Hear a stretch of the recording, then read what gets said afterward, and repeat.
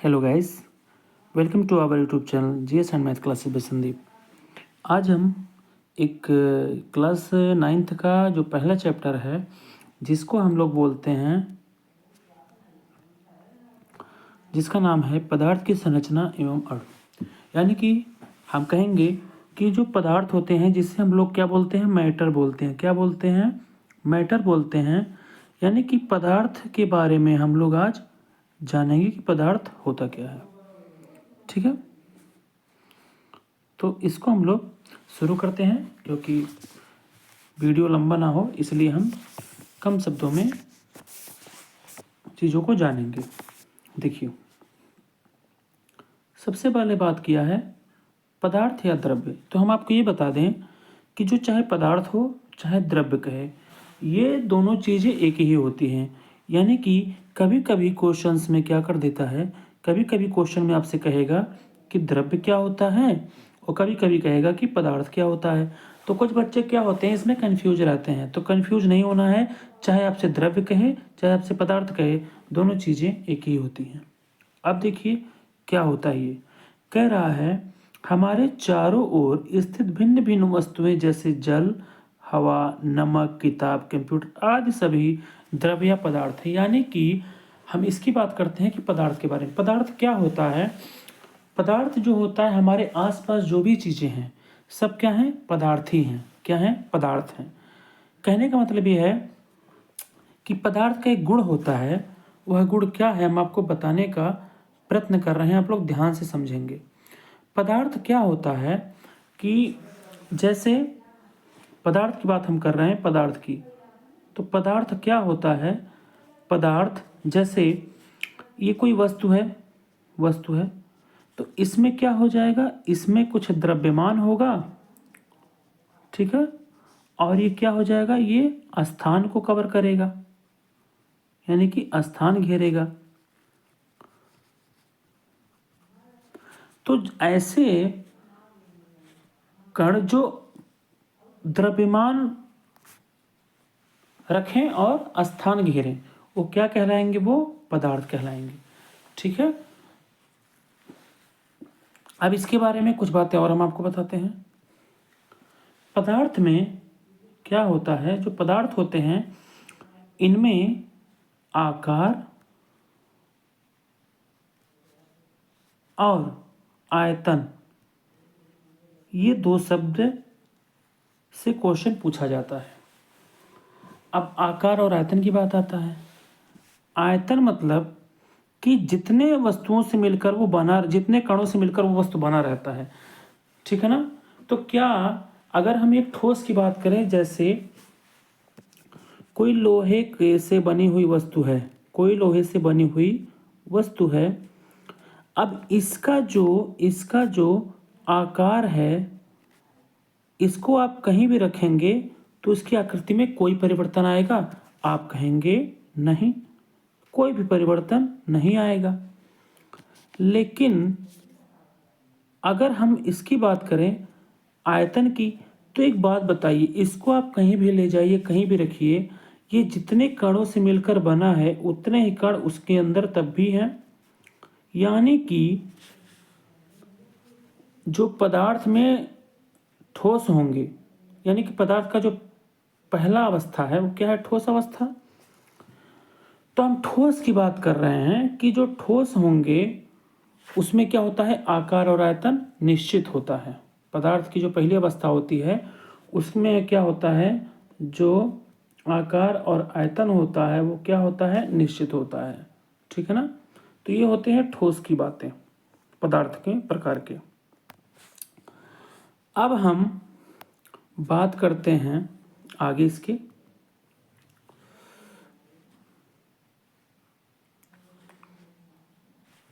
पहले एक बार हम गुणधर्म को जान लेते हैं पदार्थ की, फिर आगे हम कंटिन्यू करते हैं। देखिए, कह रहा है कि द्रव्य के गुणधर्म, यानी कि पदार्थ के गुणधर्म की आपसे बात करना किया जा रहा है। इसमें क्या कह रहा है?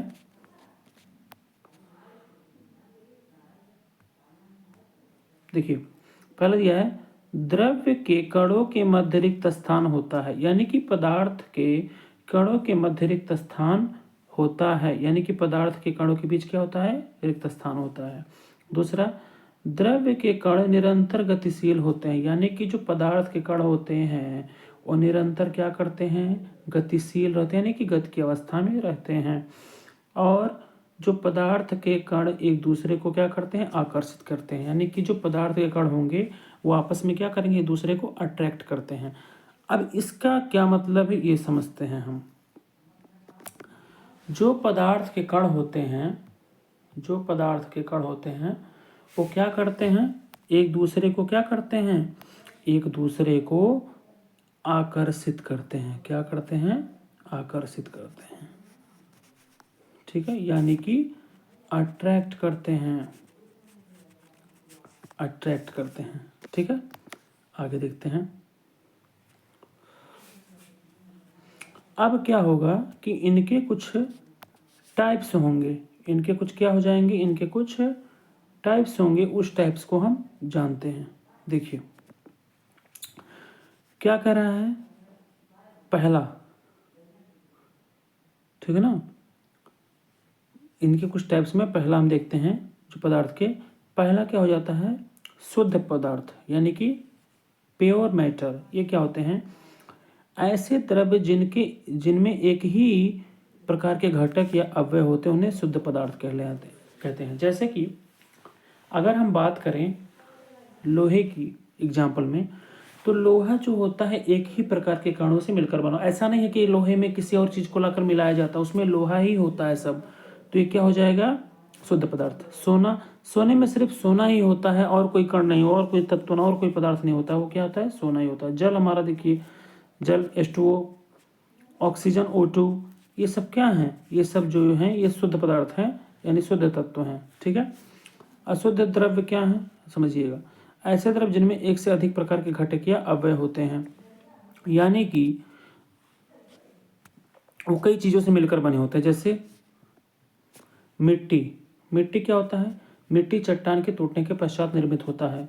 वायु हमारा कई चीज़ों का मिश्रण होता है, तो ये क्या है, वैसे भी कहा जाता है वायु क्या है, गैसों का मिश्रण है, तो ये मिश्रित होता है, तो ये अशुद्ध होता है। जो मिश्रित होते हैं वो अशुद्ध में आते हैं। अब देखिए हमारे पदार्थ की अवस्थाएं होती हैं, हमारे पदार्थ की क्या होती हैं, अवस्थाएं होती हैं, उसको समझते हैं। यानी कि पदार्थ की अवस्थाएं कैसे, अब देखते हैं। पहला होता है ठोस, दूसरा होता है द्रव, तीसरा होता है गैस। पदार्थ की वैसे कहा जाए तो पदार्थ की हमारी, आपको हम थोड़ा सा बताने का प्रयत्न करते हैं। देखिए अगर आपसे कहा जाए, अगर आपसे कहा जाए पदार्थ के बारे में तो समझिएगा इसको। देखिए अगर आपसे कोई कहता है पदार्थ के बारे में, तो पदार्थ जो हमारा होता है वो टोटल कितने प्रकार का होता है, वो दो प्रकार का होता है। पहला होता है भौतिक आधार पे, भौतिक आधार पे, ठीक है, और दूसरा होता है रासायनिक आधार पे। क्या होता है, रासायनिक आधार पे इसका बंटवारा होता है, ठीक है ना। भौतिक आधार पे टोटल 5 होते हैं, जिनमें से मुख्य 3 होते हैं, ठीक है ना। तो इसमें जो है 5 जो है आपको हम बताते हैं। पहला होता है ठोस, पहला क्या होता है, ठोस। दूसरा होता है द्रव, ठीक है। तीसरा होता है गैस, ठीक है। चौथा होता है प्लाज्मा, और 5वां होता है Bose Einstein condensate. Bose Einstein condensate, ये 5 प्रकार के होते हैं भौतिक आधार पर। और इसी में से हमारा होता है रासायनिक आधार पर, पहले 3 टाइप में बढ़ता है। कैसे कैसे, पहला हो जाएगा तत्व, फिर हो जाएगा यौगिक, पहला होगा तत्व, दूसरा हो जाएगा यौगिक, और तीसरा हो जाएगा मिश्रण, तीसरा हो जाएगा मिश्रण। ये टाइप पे बटेंगे। फिर तत्व जो होता है वो 3 टाइप में बटता है। तत्व फिर 3 टाइप में बचेगा। कैसे कैसे, धातु, अधातु, धातु, अधातु और उपधातु, ऐसे हमारा ये टोटल बढ़ता है, ठीक है ना। तो ये पदार्थ के बारे में ये हो गया ये बंटवारा। अब हम इसको पढ़ेंगे कि भौतिक आधार पर कैसे कैसे। ये देखिए, अगर आपसे कोई कहता है कि मुख्यतः कितने होते हैं, तो ये हमारे मेन होते हैं, ये हमारे मेन होते हैं 3। अब देखते हैं आगे।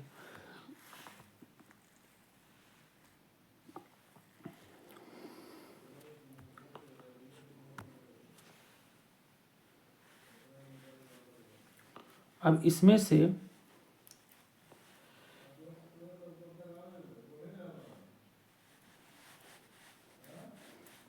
पहली अवस्था है ठोस अवस्था। ठोस अवस्था क्या होता है? तो जो ठोस अवस्था होता है इसमें क्या होगा, जो ठोस अवस्था होगा इसमें क्या होगा देखते हैं। देखिए, जो ठोस होते हैं, जो ठोस होते हैं इनमें क्या होता है, जो ठोस होते हैं इसमें क्या होता है, ठोस का जो आकार होता है, ठोस का जो आकार होता है और आयतन होता है, ठोस का आकार और आयतन क्या होता है, ठोस का आकार और आयतन क्या होता है, निश्चित होता है। ठोस का आकार और आयतन निश्चित होता है, क्योंकि ये जितने कणों से मिलकर बना रहता है, आप कहीं भी रखेंगे वो सेम रहेगा और आकार भी इसका सेम रहता है, तो दोनों निश्चित होता है। देखिए, तो ये ठोस की अवस्था है पहला, ठीक है। अब इसमें जो है ठोस अवस्था में जैसा कि दिया भी गया है, देखिए यहाँ पर क्या दिया है ठोस के बारे में, हमारे चारों ओर असंख्य पदार्थ ठोस के रूप में उपस्थित हैं, जैसे कि लकड़ी का टुकड़ा, पत्थर, पेंसिल, पेन, कंप्यूटर, नमक आदि। यानी कि ये सब चीज़ें क्या है, लकड़ी का टुकड़ा, पत्थर, पेंसिल, पेन, कंप्यूटर, नमक, ये सब क्या है, ये ठोस के एग्जाम्पल हैं। अब इसमें हम आपको समझाते हैं, इसमें आगे देखिए दिया गया है कि ठोस का आकार, देखिए बताया हमने आपको, आकार क्या होता है, निश्चित होता है। क्या होता है, निश्चित होता है। दूसरा देखिए दिया है, पहला पॉइंट हो गया। दूसरा देखिए दिया है ठोस का आयतन, देखिए मेन पॉइंट, ठोस का आयतन क्या होता है, निश्चित होता है, ये पॉइंट हो गया। फिर देखिए ठोस का घनत्व, घनत्व क्या होता है, अधिक होता है, यानी कि इसके कण जो है बहुत पास पास रहते हैं। जिनके कण पास पास रहते हैं उनकी डेंसिटी ज़्यादा होती है। जैसे अगर ऑयल और पानी में बात किया जाए, वाटर में, तो ऑयल का जो डेंसिटी होता है, यानी कि जो तेल का जो डेंसिटी होता है, जो लिक्विड जो हमारा ऑयल है, ऑयल अगर आपसे कोई कहे तो ऑयल की जो डेंसिटी होती है, ऑयल का जो घनत्व होता है वो हाई होता है किसके कंपेयर में, वाटर के कंपेयर में। यानी कि इसका क्या हो जाएगा, वाटर का जो डेंसिटी हो जाएगा, वाटर की जो डेंसिटी हो जाएगी वो क्या हो जाएगा, कम होगा, और इसका क्या हो जाएगा, इसका हो जाएगा अधिक, किसका, ऑयल का, क्योंकि इसके ऑयल के जो कण है एकदम पास पास है। अब देखिए,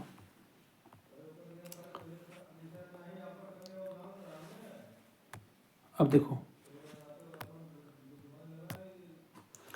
देखिए ठोस में संपीड्य, ठोस में संपीड्यता नगण्य होती है। यानी कि ठोस जो होते हैं इनको आप कितना भी पीटेंगे तो क्या होता है, ये आसानी से क्या होते हैं, ये संपीड्य मतलब होता है कि उनमें प्रसार नहीं होता है, ठीक है। यानी कि इनके क्या कहता है कि नगण्य होते हैं। अगला है, क्या दिया गया है, अगला पॉइंट दिया गया है कि ठोस, ठोस के कणों के मध्य, ठोस के कणों के मध्य उच्च अंतराणविक आकर्षण बल पाया जाता है। वह अंतराणविक आकर्षण बल क्या होता है, आपको हम समझाने का प्रयत्न करते हैं। देखिए, अंतराणविक आकर्षण बल क्या होता है, समझते हैं इसको। जैसे ये कोई ठोस वस्तु है, अब इसके कण क्या हो जाएंगे, इसके कण एकदम क्या हो जाएंगे, क्लोजली क्या रहेंगे, पास पास रहेंगे, एकदम पास पास क्लोज रहेंगे। अब इनमें इनमें क्या पाया जाता है, इनमें एक दूसरे के प्रति, इनमें क्या पाया जाता है, एक दूसरे के प्रति क्या पाया जाता है, आकर्षण बल, जिससे आपस में बंधे रहते हैं। इसी को बोलते हैं अंतरा आणविक आकर्षण बल, ठीक है, इसी को कहा जाता है अंतरा आणविक आकर्षण बल, ठीक है ना। यानी कि वह बल जिससे कण आपस में एक दूसरे से बंधे रहते हैं उसे क्या कहते हैं, अंतराणविक आकर्षण बल। अब देखिए आगे, देखिए क्या लिखा है कि जो द्रवों की कणों के मध्य दुर्बल अंतराणविक आकर्षण बल पाया जाता है, यानी कि द्रवों के कणों के मध्य दुर्बल अंतरा आणविक आकर्षण बल क्या होता है, पाया जाता है। यानी कि इनके कणों के बीच क्या होता है, कम कम पाया जाता है, ठीक है ना, जिससे ये दूर दूर रहते हैं, क्योंकि उनके जो कण रहते हैं वो क्या रहते हैं, दूर दूर रहते हैं, किसके, द्रव के, और गैस के एकदम दूर दूर, गैस के क्या रहते हैं, एकदम दूर दूर रहते हैं, ठीक है। अब देखिए द्रवों के कणों में विषण गैस से कम परंतु ठोस से क्या होता है, सूक्ष्म कणों अभाज्य। देखिए विसरण क्या होता है, विसरण का मतलब होता है कि जैसे एक कमरा है, उसमें कोई व्यक्ति है, अब इसमें अगरबत्ती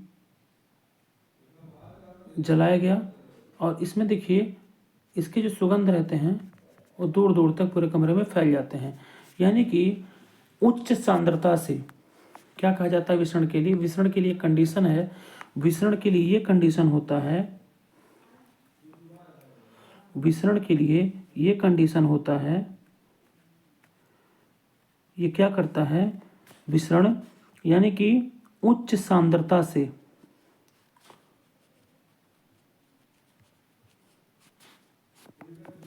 निम्न सांद्रता की ओर,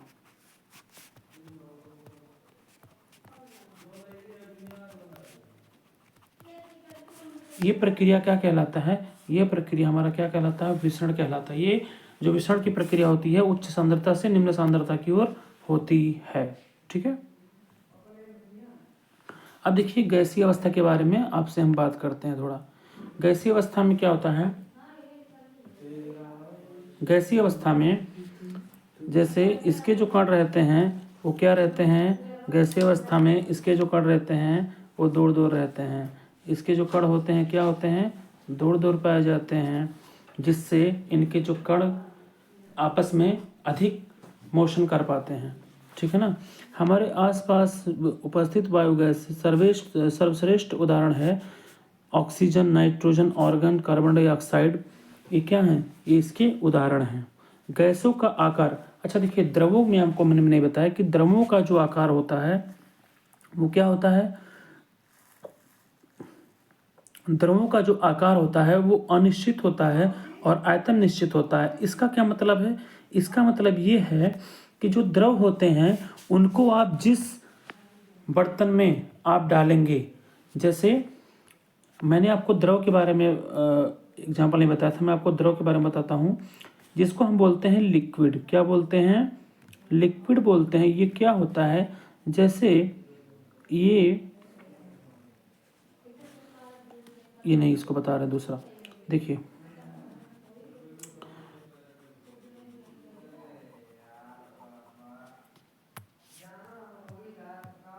जैसे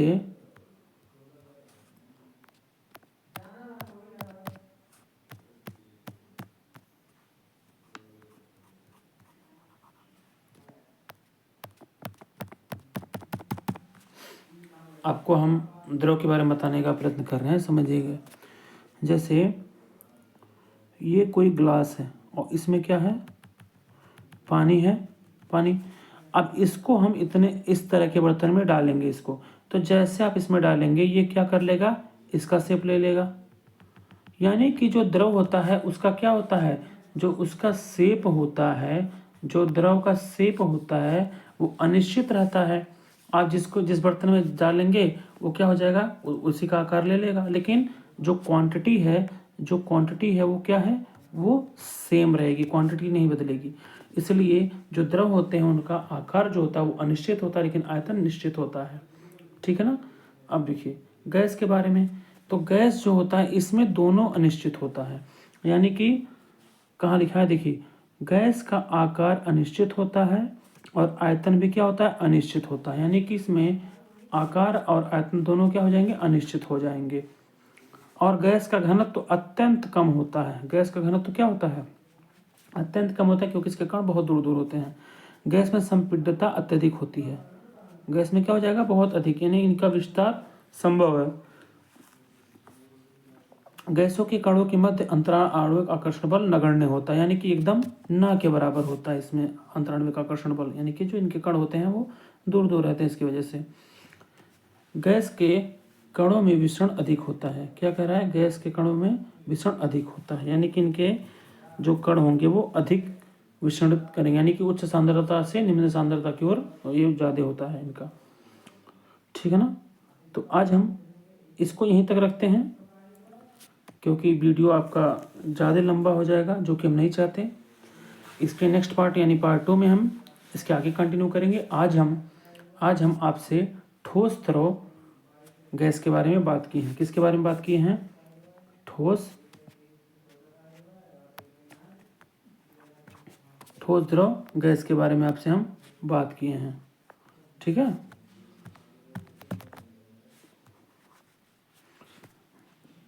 इसके आगे हम कल मिलते हैं आपसे। तब तक के लिए वीडियो अच्छा लगा हो तो और लोगों के पास इसे शेयर करिएगा, जिससे और लोग इसे देखें और उनको इसका लाभ हो।